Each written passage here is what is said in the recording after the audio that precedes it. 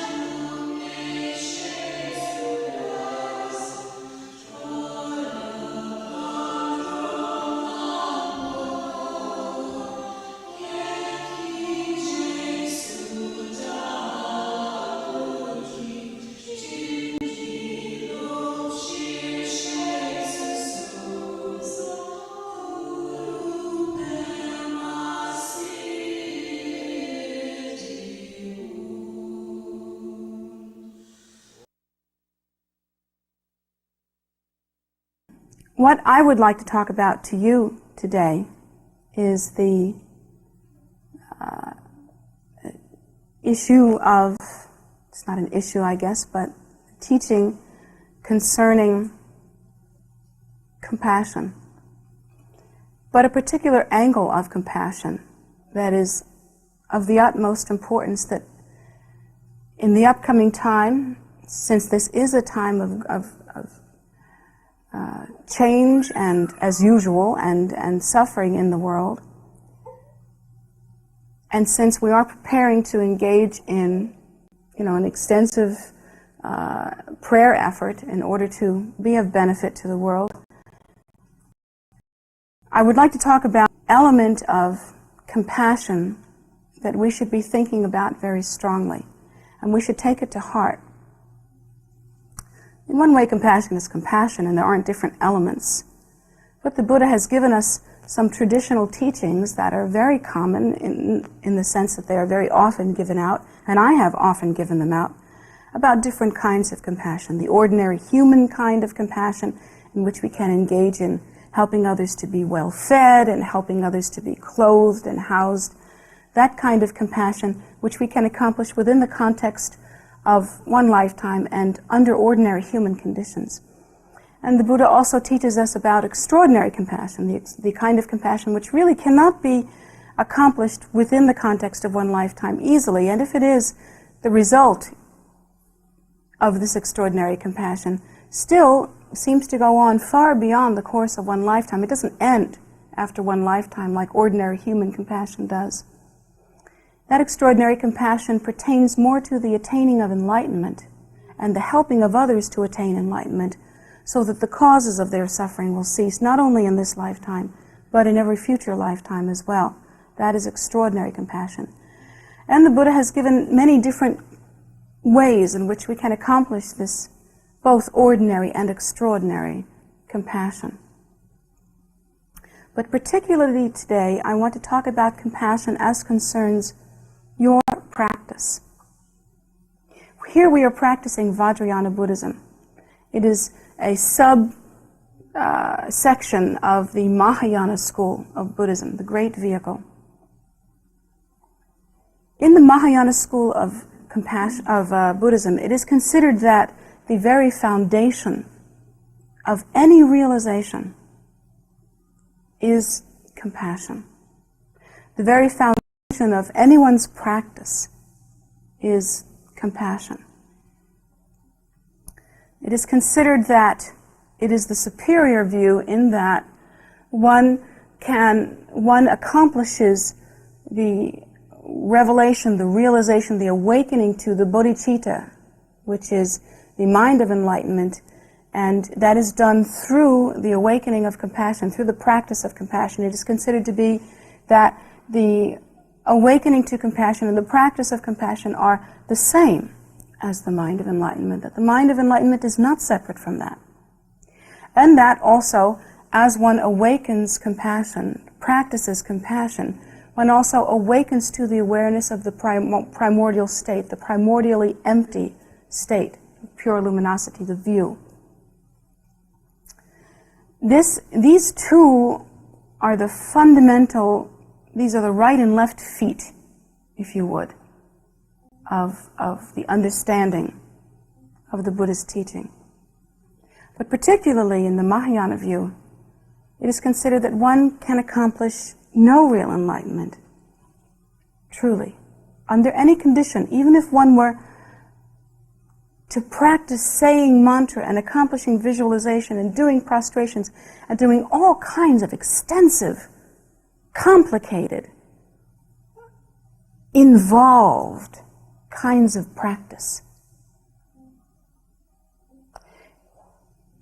Without compassion, one would accomplish nothing. It would be flimsy. It would be a shadow. It would accomplish very little. And I have seen with my own two eyes in this very lifetime, this is not some esoteric story that I'm telling you, I have seen with my own two eyes Dharma students, long-time Dharma students, and if not long-time, then educated Dharma students who will practice mantra constantly, all day long. They'll be doing their little beads like this. Boom, boom, boom, boom, boom, boom, boom.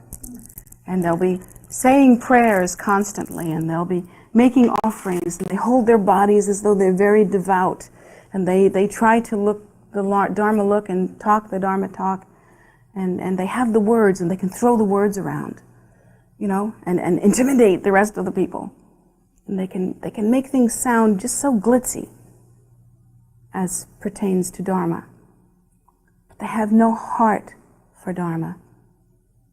Because they have not taken the time to truly examine themselves deeply and ask themselves, do I really wish for the welfare of sentient beings? Well, now sometimes we know that this is the Buddha's teaching, so we can convince ourselves that we really wish for the welfare of sentient beings. I'm going to read the paper right now. See, this is the paper. I'm going to look in the paper. I'm going to think, oh yeah, there's war over here, and there's famine over here, and there's hunger over here. There's, let's see, there's been a tornado, and a bunch of people got cholera after that, and a flood. And, gee, I sure wish that suffering was finished.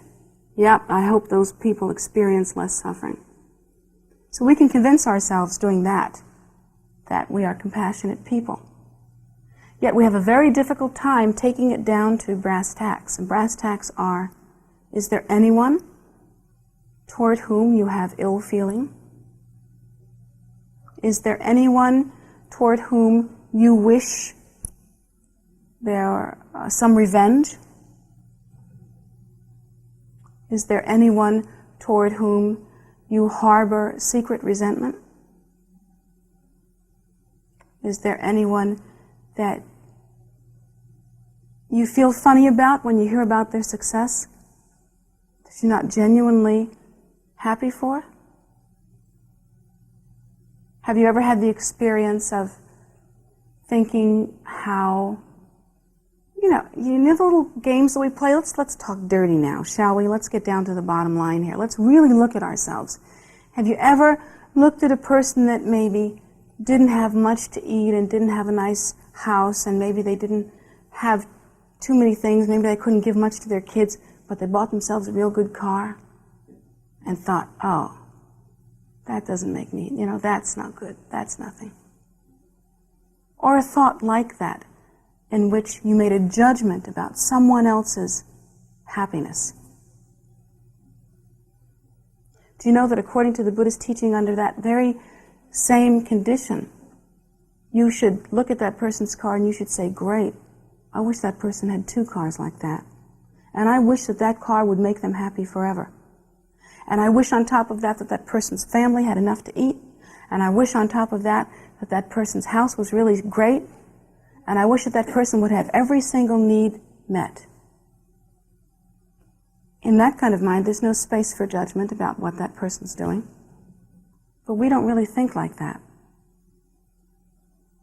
And sometimes we look at another person's success and we say, you know, that person's not deserving of that success. What did they do to earn that? What's so great about them that they should be in that position? Don't we think like that? Isn't that true? You've thought about that. We've each, every one of us, thought like that. That isn't what the Buddha taught. The Buddha taught that what we should do is this. We should say, hooray for that person's success. That's great. I hope they are successful in this and every future lifetime. I hope that they always carry themselves with dignity. I hope that they always feel really good about themselves. I hope that they have every single dream come true. I wish that we could say that, but we don't. We really don't. What we have to do as practitioners is to examine our path, because you know what? No one will really be able to do that for you, even though you have a teacher. You know, I went to see my teacher on this trip also. And he said to me something like, you know, the fault of the student-teacher relationship is that the teacher cannot always jump in your mind and say, take this crap out. You know, take this garbage out. Get rid of this. The teacher cannot always jump in your mind and say, clear the decks. Oh, in a general sense, yes, I'm telling you to clear the decks right now. But I can't really jump in your mind and pick things out for you. Do you know who's ultimately responsible for that? You are. And you know the problem with that? You're going to fool yourself. You're going to try to get away with murder, and you're not going to do your best, and you're just going to hang out. Just hang out. The problem with just hanging out with this stuff is that those very thoughts that you think are your right to think will bring you nothing but suffering. Nothing but suffering.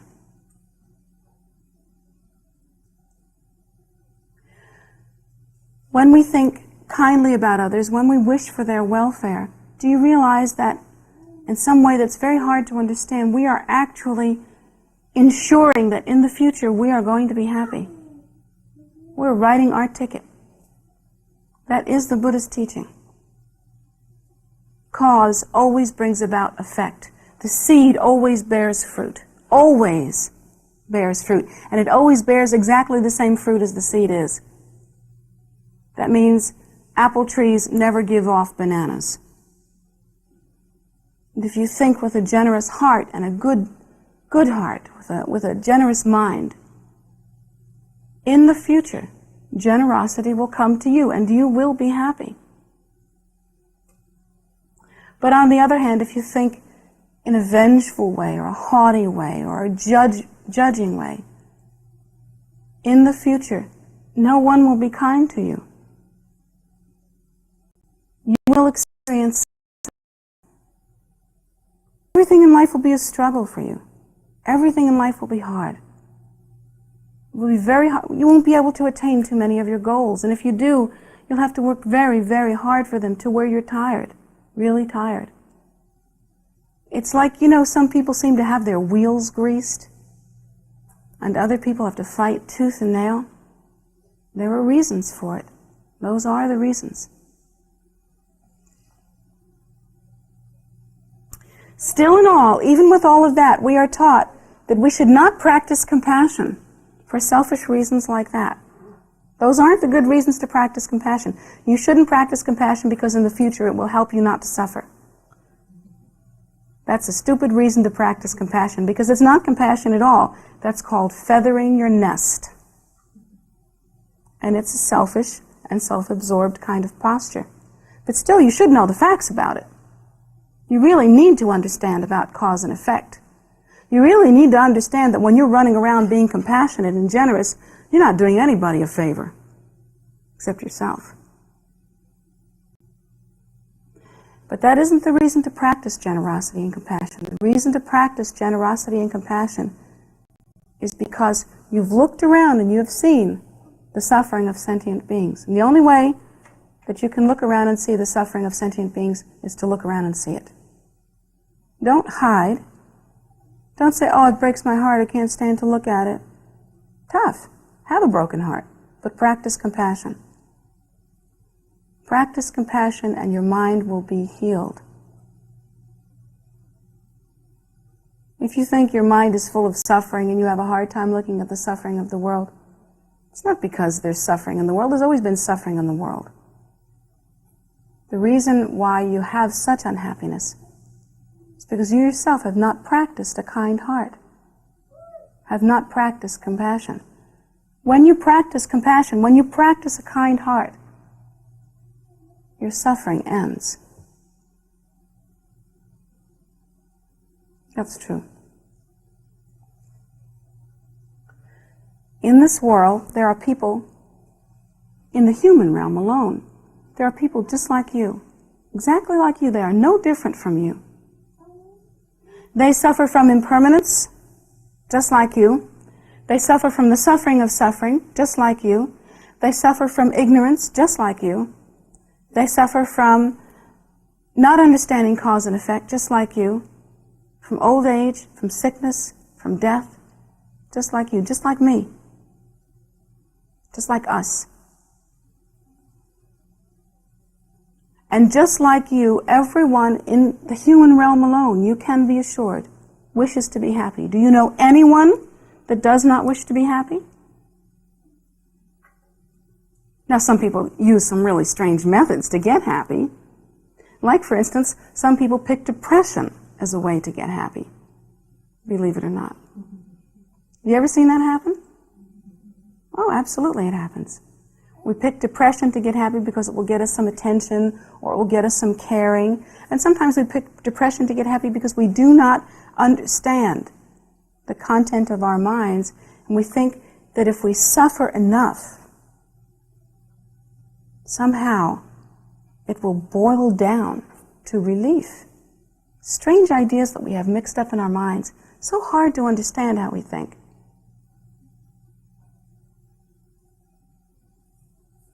Yet, of course, those means never bring about happiness. Sentient beings fix on the idea of helplessness. Sometimes they fix on self-absorption.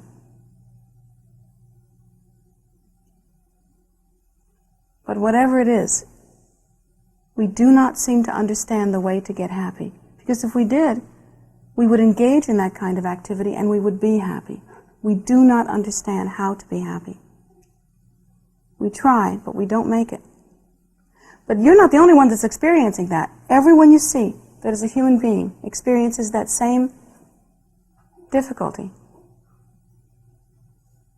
We do not understand how to get happy. So we're the same. We are the same. And arriving at that conclusion, we can only continue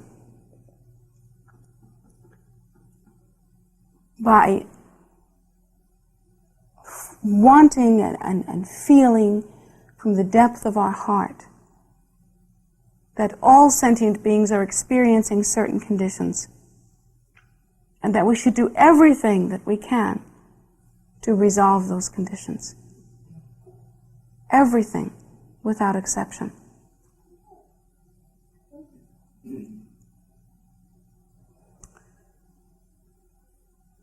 If I were you, and I say this because I am you, because really, in truth, the illusion of separation is only that. And I say this also because I have practiced this way, and I continue to practice this way. From time to time, I would examine my heart, my own heart, and cut to the bone. Look at myself in the mirror. Really look. And examine it point by point. Do I really want happiness for everyone, even the people I don't like? Is there anyone about whom I have bad feelings? What are the little stickers that are in my mind that have got me hung up? Where am I really about love? Not generally, specifically. The advice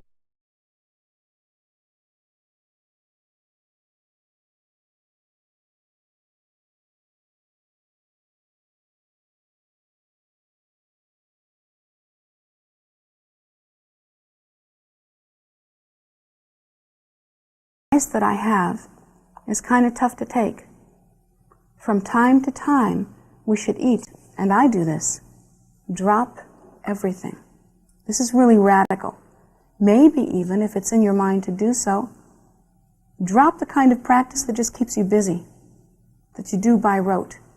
For a short period of time, drop everything and practice kindness. Really practice kindness. Practice kindness in such a way that you go person by person through the cornerstones of your life and be sure that you really want the highest possible good for each person. The person who's above you that doesn't deserve to be above you in your job, pray that they go even higher. Try it. The parent or child who has hurt you, pray that in every future life you will be permitted to serve them until they achieve enlightenment. Try that. It's so hard. But try it until you are free. Anyone who has double-crossed you, pray that you will always be true to them. Anyone who has taken from you, pray that in every future life you will be able to support them in every way. Try that. It's so hard, but you should try it until you are free. We aren't free to love, not really. We keep these little corners of our hearts and minds locked up with all kinds of horrible stuff. We don't really practice truly. But I tell you this right now, you will never, we will never achieve enlightenment until we practice like that.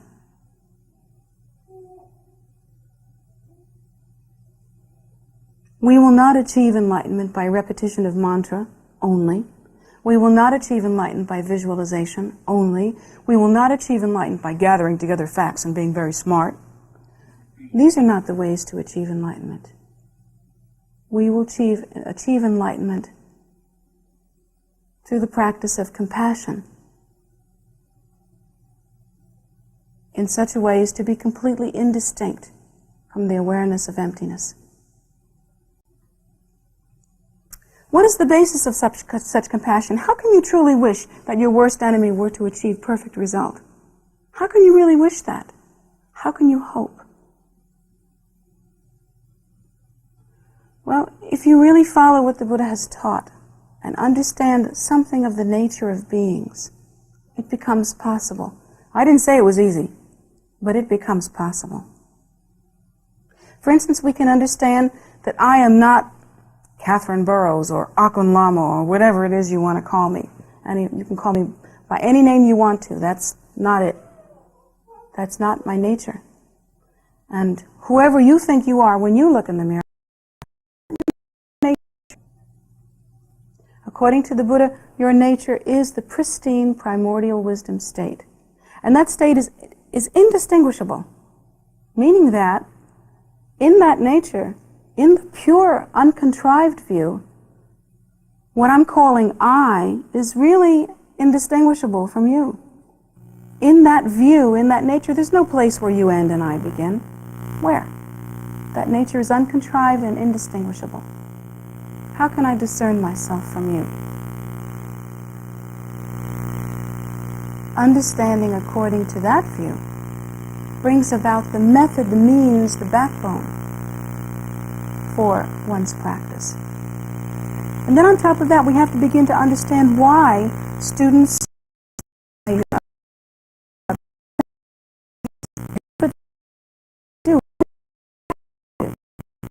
why do they act arrogant? Why do they act superior? Why do they act hateful? Why do they hurt others? Why do they do what they do?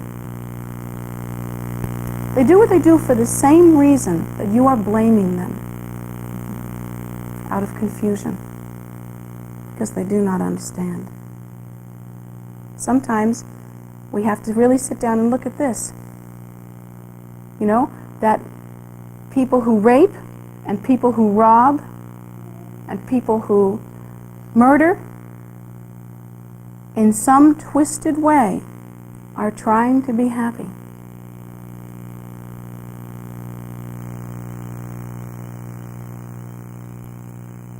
I watched a movie the other night called Goodfellas.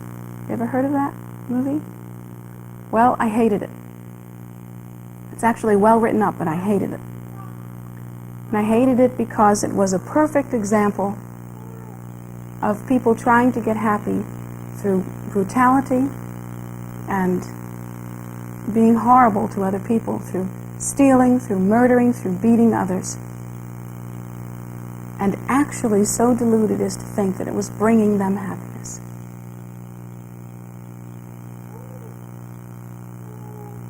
It was very tough to watch because it was so much like us. And in our confusion, we exhibit similar characteristics. Well, maybe we don't rape and we don't rob. Maybe we don't do that, but we believe, we judge, we hate, we have anger, and we do that because of confusion. So understanding that is the case, it should give us the strength to be able to look at others in their confusion and say, hey, I understand. This is the condition of cyclic existence, and therefore I will practice. I will practice until cyclic existence is emptied from its depths, until there is no more suffering.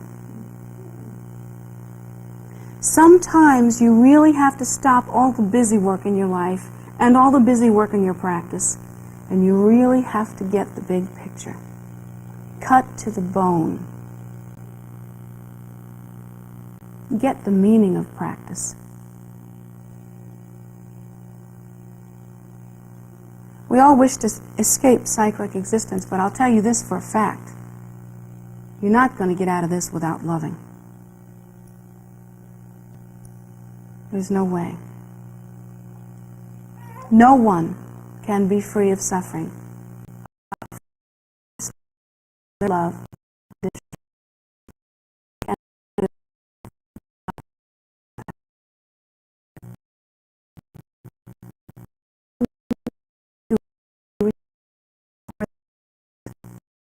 The guru in the world cannot jump in your mind and pick out every little thread, but you can. It's hard, but you can. And ultimately, you are responsible, and you should do it. And you should know that we will never be free of suffering unless we accomplish this life. There is no freedom. The freedom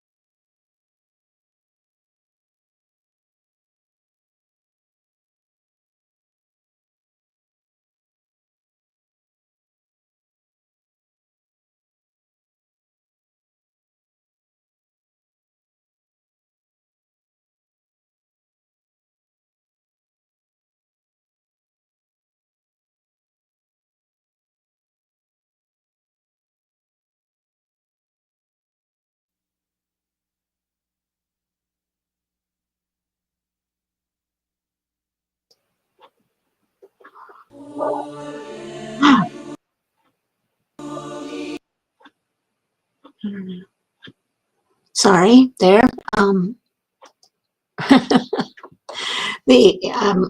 Sorry about that. The freeze took and bumped that video right off of its axis. So we'll upload a fresh one onto YouTube.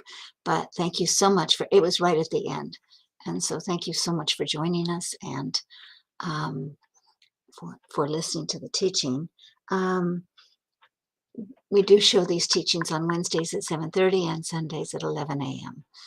And the teachings are pre-recorded. They go back, oh my goodness, all the way back into the late 80s. And so they give you a perspective about how long just in our lifetime, how long we've been suffering. So there we go. In any case, they are also archived on YouTube, which is wonderful.